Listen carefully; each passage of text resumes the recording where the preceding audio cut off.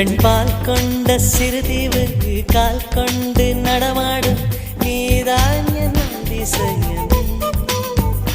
உலகில் ஏழல்ல அதிசயங்கள் வாய் பேசும் பூவே நீ எட்டாவது அதிசயமே. வான் மிதக்கும் கண்கள் தேன் தெறிக்கும் கண்ணங்கள் பால் குடிக்கும் மதரங்கள் அதிசயமே. நங்கை கொண்ட வீரல்கள் அதிசயமே.